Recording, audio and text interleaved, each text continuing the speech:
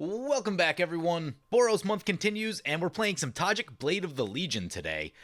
Take a look at this opener. 4 lands, Oketra's Monument, Iroas. I feel pretty good about this. Makokoro to draw if we need to. We'll keep. So for this particular build of Tajic, I spent some time thinking about what I wanted to do with it, and honestly, the strongest build you could probably do with Tajic is just going to be another good stuff Boros Voltron deck, so I decided to stay away from that, just because there's already going to be a lot of those during Boros month. So what I decided to do is try and build around the Batallion mechanic and the Indestructible. So we'll be trying to take advantage of that. We have a lot of like mid-sized creatures in the deck, so we should be able to have a couple of them in play, hopefully attack, give ourselves some keywords. A few of them have Indestructible themselves, so we can wipe the board kind of freely and not lose too much. And so it should be like a little bit of an attrition deck. We've also got Pariah Shield and some tricks like that to soak up all the damage. Except whenever that comes down, everyone tries to disassemble it immediately. So they need to be out of removal for that to really work. But anyway, brings it to our turn 1. There's an Oketra. Let's play this Flamekin Village. No elementals. And we'll pass like that. So let's take a peek at the deck real quick. So in this case, I've tried to build around the Batallion and the Indestructible mechanic a little bit. A lot of mid-sized creatures in the deck. We actually have 14 4-drops, which is probably like a little more than you typically want. A little light on 3-drops, I guess. But a lot of cool 4-drops in these colors, and particularly with Mono White, it's really getting crowded. A lot of the good cards they print in Mono White tend to be for CMC, so it just makes things really crowded. But so this is going to be like a little bit of an attrition deck where we have a pretty good number of board wipes, more that I've been running in a lot of decks of late, about 5 or so. And you know, you could easily go up with the amount of Indestructible in this deck, but I was just trying to keep it reasonable for our opponents and not wipe the board every turn. But we see some tricks with like Pariah Shield and Cloudsteel Kieran and Gideon Sacrifice. All of those can soak up all the damage that's incoming to us, which is pretty cool. But other than that, it'll be a matter of like wiping the board, having 3 or 4 good creatures in play, attacking, getting some cool abilities, and trying to win the game that way. Anyway, with all that, brings back to our turn. Opponent did get a Farseek, so they've ramped a little bit. There's a Tithe for us. We're going to wait on that because we actually, that actually forced us to discard. So let's play the Makokoro. We have the hand got a little awkward with mana. I think I was kind of hoping to catch like a 2-drop there or something. So we'll pass like that. We could have actually played Sacred Foundry there, untapped, and then cast the Tithe. And then theoretically, that would put us to 9 cards when our turn comes back after the draw, and then we play a land, play the Oketra's Monument. That puts us back down to 7, so that could have all worked out, but not that worried about it. Opponent gets themselves an Armillary Sphere, a card that I absolutely love. It's just a really easy way to start generating advantage early in a game. It turns 1 card into 2, and importantly, especially when you get to like 4 and 5 color decks, and if you're on a budget, it's colorless mana fixing, which is huge. I have several budget 5-color decks, and budget in terms of like they're not loaded with dual lands and fetches, and finding an Armillary Sphere or a Burnished Heart early in the game really smooths a lot of things out, because you don't always have green mana to fire off a Cultivate or whatever ramp spell you're trying to get to, and colorless mana fixing in like 3, 4, 5-color decks is a pretty big deal. Now in Jund with a decent mana base, I wouldn't necessarily run Armillary Sphere. If I was running like Jeskai, maybe I might still run an Armillary Sphere, but sort of just depends on like what cards you have available and all that stuff. There's an Arcades coming into play. Yeah, that's a good card. Anyway, it brings back to our turn. There's a Karmic Guide. Will be helpful if things start going down at some point in the game. Let's play the Sacred Foundry. Pay the life. Cast Oketra's Monument. And next turn, we're set up to get a creature of some sort. We can go like Archetype, maybe Iroas, even cast our Commander if we want. We'll see how we feel about things. Oketra or Iroas might be good just because they're indestructible. So, you know, there's not a lot of things that are going to kill them. If opponents want to burn, you know, some top-notch removal, it'd be annoying, but, you know, better to get that out of the way. It's one less thing that'll eat our Commander late in the game, especially if we're set up with like a Pariah Shield. We do have to be careful of the Wasitora because there is Sacrifice in there, and that will chew right through our Indestructibles, but, you know, if we're making tokens off this, then it shouldn't be too bad. Anyway, let's take a read of our commander. It's Tajic Blade of the Legion, 4 mana 2/2, indestructible, and Batallion. Whenever it attacks with at least 2 other creatures, it gets +5/+5 until end of turn. So on your first attack, it becomes a 7/7. If you do attack again with an extra combat, it becomes a 12/12. You can get there with commander damage pretty quickly with that, just that you need some sort of evasion, which is why we see something like Archetype of Aggression. And there's a couple swords in the deck. It's not full Voltron, but a couple swords just to like give trample, give some sort of evasion, be able to kind of punch that damage through and not just get chumped by a token. It's basically the name of the game with this deck. And Tajic is unique in that it is the only Boros commander that has indestructible naturally without having to meet some sort of condition. There's a couple others that have conditional indestructible, but this is the only one that just has it all the time, which means if you wanted to do like a board wipe tribal thing, that would be a pretty good build of this too, except that would absolutely drive our opponents crazy. So I stayed away from that. That would also be a fairly effective build, the annoy everyone to death build of Tajic. I am curious to see how this deck will perform overall and what the feel of Tajic being in play is actually like. I know I've played like Soldier Tribal and some other stuff with it in the past, and Soldier Tribal is probably the most interesting build to make with this deck. It leads to the most unique card choices, and that's all cool and fun. I think the Voltron stuff and I think the board wipe stuff is just like, it's more powerful, but I just don't think it's all that interesting to play. Fogbank. Yep. Haven't seen that art of it. Oh, that one's got a dinosaur on it. Almost looks like a Deinonychus. I've seen the later prints of Fogbank. The one with the dinosaur, clearly superior. Arcades over to Zombie Caller. There's a Plains. That opens up some interesting choices. I'm thinking maybe go Plains, Iroas, Tithe right here. I'm sort of lamenting the fact that we didn't cast that Tithe when we probably should have earlier in the game. So I think I like that, and just to kind of get ourselves back on track. At some point, we're going to have to play this Boros Garrison, which will be a little awkward, but I don't know, if we're getting lands off this, it may actually be a very long time before we play the Boros Garrison. So, play the Plains, play Iroas. Oketra's Monument will make a 1/1. Oh, I probably should have put a Windbrisk Kites in here for doing Batallion. I definitely didn't optimize the mana base. I copied it over from an older Tajic list, and it's probably a little outdated. Missing a couple of the flip lands, too. I love Sajiri Shelter. Run it in just about every deck. Then we'll cast that Tithe. Keep the lands coming. Get, ooh, no Mistveil Plains in this deck. Get a Plains and get a Plateau. KO's going to crack his Armillary Sphere, get some lands. By the way, once again, here are the rules for Boros Month. According to my count, currently 10 commanders left to play. What's funny about this commander is that I actually completely forgot that I had played Tajic in the past. One of my Patreons reminded me of that. They're like, you already played that. I'm like, oh, I did? Completely gone. Completely forgot. But again, with this exercise, I am trying to test for power and see what... I don't want to say the best possible build, because the best possible build would be like Find Feast and Famine and Aggravated Assault, but like I do want to test what the commander gives you in a good build of the deck, is basically what I'm after. As far as those 10 remaining commanders, only 4 of them exist on Magic Online, so still figuring out what I want to do with the paper decks. I am going to need to build them and at least play them. Whether I turn those into videos or not remains to be seen, just because that is a ton of work. On average, a paper gameplay video takes me about twice as long, probably around 8 hours to edit than the average video, and for some videos that's like probably 3 times as long. We've been having some shorter videos lately, and you know, those can be done in like 2 hours sometimes. So yeah, the edit on the paper games is horrendously long. Opponent cracks a Sakura Tribelder. KO does get himself a Shield of Cauldron. We'll take a look at what he's playing. I think we started talking about it a little bit. Wasitora Nikoru Queen. Really interesting card, one that I always kind of wanted to build and just never did. Maybe we'll get to that at some point. It is a 5-mana, 5/4 flying trample cat dragon. Love the creature types there. When it deals combat damage to a player, that player sacrifices a creature. If that player can't, you make a 3/3 black, red, green cat dragon creature token with flying. So a little bit of sacrifice, a little bit of token making. I feel like you get a lot of good abilities relative to the CMC of that card. I feel like for 5 mana, it does quite a bit. And definitely some things you can build around in those colors. Sacrifice, always good with black. You can reanimate opponent stuff if you want to. And then, of course, like token doubling and things like that in green also seems pretty good. So a lot of things to like about Wasitora. In the middle, we've got Zombie Caller piloting Grolnok the Omnivore. I don't even know if I've seen this one yet. 4 mana, 3/3 out of one of those newer Innistrad sets. Whenever a fog you control attacks, mill 3 cards. Whenever a permanent is put into your graveyard from your library, exile it with a croak counter on it. You may play lands and cast spells from among those cards you own in exile with croak counters on them. Weird. That is a weird card. So, did I say fog?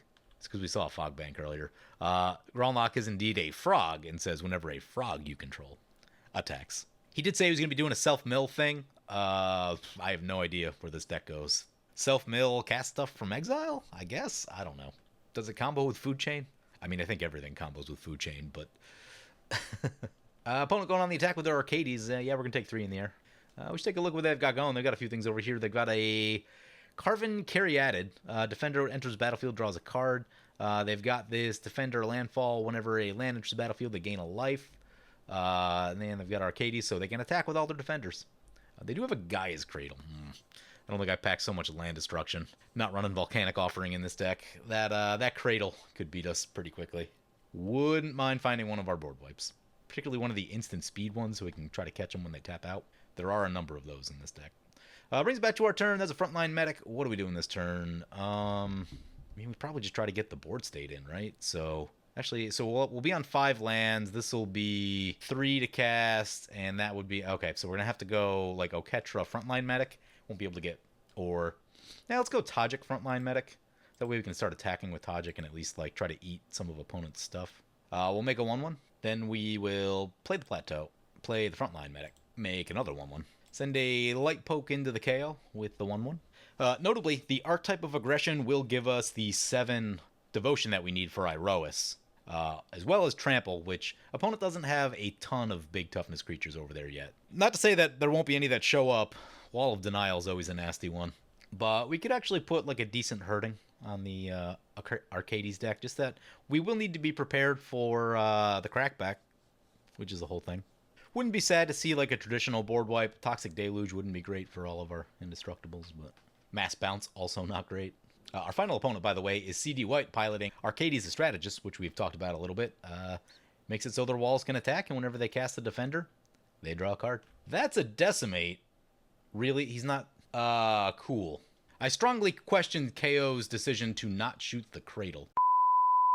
Alright, so I ended up getting a little bit salty after that play. And originally I was going to do a much longer discussion, but like in the middle of a gameplay video just doesn't seem like the best spot for that. So I think I'm actually going to do a video on getting salty at some point in the future. But yeah, I lost my goddamn mind on KO after that play. And you know, what's important to take away is that, like, I apologize to him. But I think this is a really great topic to bring up at some point in the future, so I definitely want to do that. But just to let you guys know, you may hear some salt in my voice and in my plays throughout the rest of the game, because I was actually pretty upset about him leaving the Gaia's Cradle on board. Anyway, back into the game. Opponent phases out all their stuff with the Eerie Interlude, and, yeah, now they draw a million cards. Brings it back to our turn. There's an Ancient Tomb. Play the Ancient Tomb. Play the Archetype of Aggression. Swing into KO. KO goes down to 16 after the big attack. There's a Damnation from KO. So after the Damnation, the game's not over yet. It will take the Arcades player a turn or 2 to rebuild, but still their rebuild will be very quick with the Cradle. Ranger's Path for opponent. High Alert for opponent. Doubles up on their creatures, assign combat damage equal to their toughness ability, and defenders can attack. There's a Crashing Drawbridge. There's a Relic Seeker. That's a decent pickup for us. I think I want to get Karmic Guide, Archetype of Aggression back, because that turns Iroas back on, and I like that. Yeah, let's do that. Karmic Guide, get Archetype of Aggression, reanimates Iroas. We'll play the Relic Seeker here just in case we lose Devotion for one reason or another. And we'll swing into the Arcades deck, since they have a lot to be scared about. They go down to 31. There's a Primal Command targeting the Gaia's Cradle. So, true to his word, KO said he had something for the Gaia's Cradle, but still, we caught like a huge break that opponent F6 their turn and didn't just win the game, basically, on the spot. He does Feed the Swarm, our Archetype of Aggression. Loses a little bit of life after that big attack we put on him. He's down to 13. Zombie gets a Solemn. Arcades back to play. Shield Sphere, yeah, that's a good one in that deck. Draws a card. Steel Wall, yep, draws another card. Opponent's got blockers now. We're not just going to be able to, like, plow through over there. Did I put some Forger in this deck? I did not. Which means we're probably on Mask of Memory because we need to draw some cards. Brings it back to our turn. Karmic Guide. I think we're going to pay for this, trying to keep the Devotion around. There's an Embercleave. Those are pretty good. We could cast an Embercleave, couldn't we? If we attack with all 4? Yeah. Yeah, that's a thing. Okay. I think we're casting an Embercleave. Go to combat. Relic Seeker into KO because he has no blockers. You have flyers over here? Yeah, that one's a flyer. The rest aren't. So we'll send this one into Zombie. This one into Arcades, and this one into Arcades. And then we'll flash Embercleave on the one that makes the most sense to flash Embercleave onto. Tajic, Blade of the Legion, turns into a 7/7. See how opponent wants to block. Is that no blocks? No blocks. Could be a problem for them. Let's try this Embercleave. Put it on our commander. I don't actually know how much damage this is going to be. 16 plus 4, is that 20? Is that 20, commander? There's the renown trigger. Opponent goes to 18 commander and 8 life. Use the Relic Seeker ability. Get a Mask of Memory. And we'll pass like that. Actually, nope. Gotta play our Boros Garrison first. We'll pick up a Plains. Actually, let's pick up the Ancient Tomb. Because Ancient Tomb isn't a land that you want to tap every single turn of the game. And I'm thinking about, like, what do we discard to the Mask of Memory if we get a hit off next turn? That's a Wrecking Ball. Destroying our land. Really, KO? Beast Within on the Embercleave. That's fine. That needs to happen, otherwise everyone dies. Grolnok in for zombie. Sidar Kondo. Ooh. Is that unblockable? That's unblockable, isn't it? Creatures your opponents control without flying can't block creatures with power 2 or less. So only our flyers can block. Ugh. Yep, big attack our way. Here it comes. That's why I picked up that Ancient Tomb. Because this is going to hurt a little bit. 8 plus 6 is 14. Yeah, that's going to sting. They did tap out a lot of their creatures, though, but I don't know if they have interaction in hand. There's a Wheel of Fortune. That's actually some much-needed card draw. Probably can't do everything we want to do. I might have to give up on Oketra. Just live with it. There's a decent amount of reanimation in this deck, so I think that's fine. Play the Ancient Tomb. Actually, hold off on the Mask. Opponent has 2 blockers. We really need to make sure we kill them, because I don't know that we can survive another turn from them. Oh, they can't block the Karmic Guide. That's important. That being the case, let's get the Mask of Memory in. Oh god, we're down to 10. Equip it to the Karmic Guide. I think we just gotta send it all, because with blocking... Well, I guess they can only block one. Even if they block... Yeah, just send it all. Just makes sense to send it all. We're probably gonna get crushed by like an Ether Eyes or something, but what can you do? Evacuation, not as bad. They will draw a lot of cards. Evacuation does make it so we're not gonna Wheel of Fortune, though. Oh, now we gotta recast all of our stuff. Now, person with the most mana. It's definitely not us. We've lost 2 lands. Get Iroas back. Wasitora into play. Puts Shield of Cauldron on it. Yep. It's going to be indestructible. Realms Uncharted. Opponent's going to search for some lands. Arcades back to play. Steel Wall back to play. Shield Sphere back to play. Yep. Draw all the cards. This is where that Mistveil Plains would have been helpful, because we could put this back into the deck and then use Relic Seeker to pull it back out. At the very least, opponent's going to have to give some stuff up into the Iroas if we swing into them. Crashing Drawbridge, that one's scary. There's a mountain. Play the mountain. There's a lot of things I want to do this turn, but, oh man, I kind of want to wheel. KO's been playing a lot of removals, so but we need a blocker, don't we? Yeah, so we got to get the Karmic Guide, I think. Karmic Guide getting Archetype of Aggression. That does not animate Iroas. 4, 5, 6. We need one more. Cast the Relic Seeker.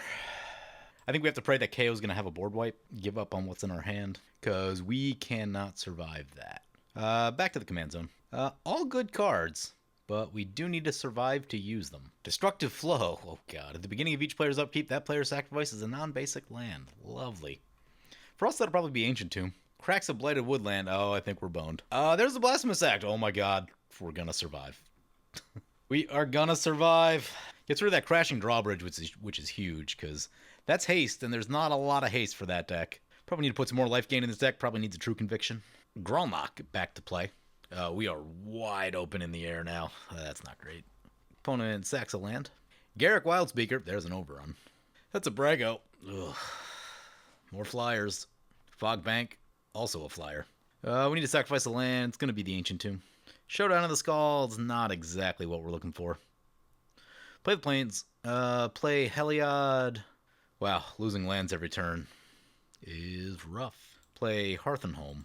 Man, Hearthenholm probably gets us killed, but there's an Erebos. He's going to swing into the Garruk. That's good news. Some chance we survive. Oh, he can block, though. Oh, yeah, he can just block with the Fog Bank. Yep, blocks the Fog Bank. KO, we need to find... Oh, that's Trample. No, that's Trample. We're good. It'll take it down.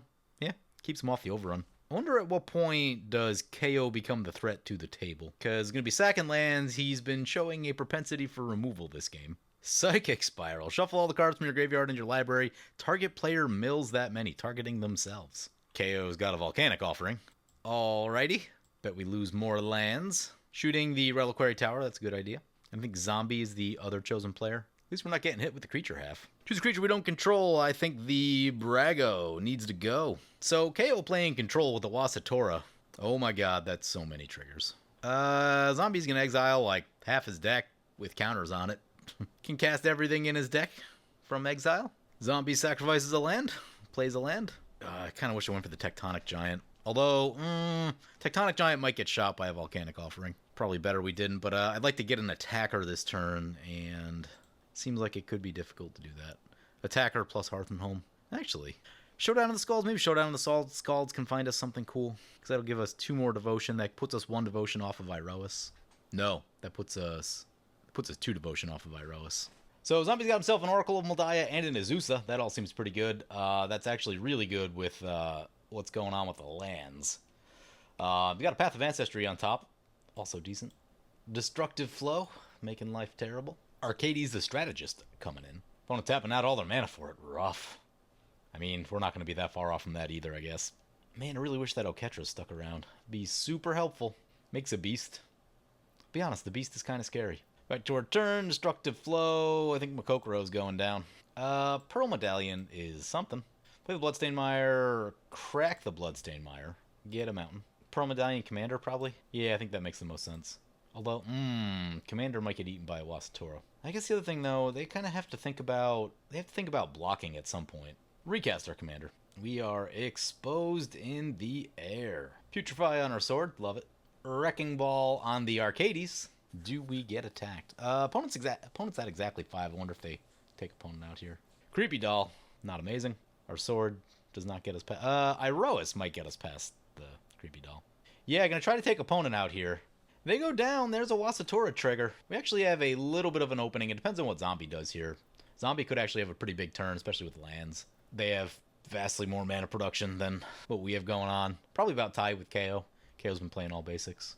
That's a second blocker. That is, no, that one's green, so we can still get by it with the sword. We do have a problem of being very soft to that Wasitora, though. We need to find some sort of protection effect. Oh, Mystic Sanctuary. Getting back the Psychic Spiral. Nice. Venture Deeper. Target player mills 4 cards. Crawling Sensation. At the beginning of your upkeep, you may mill 2 cards whenever 1 or more lands are put in for the first time each turn. Make a 1/1 green insect token. Paradox Haze. Double up those upkeeps. Zombie's attacking our way with a 3/3. We'll block with our Indestructible, I guess. Moves back to our turn. There's a Destructive Flow trigger. Don't love it. Waves of Aggression. Plus Feast and Famine. We don't have lands.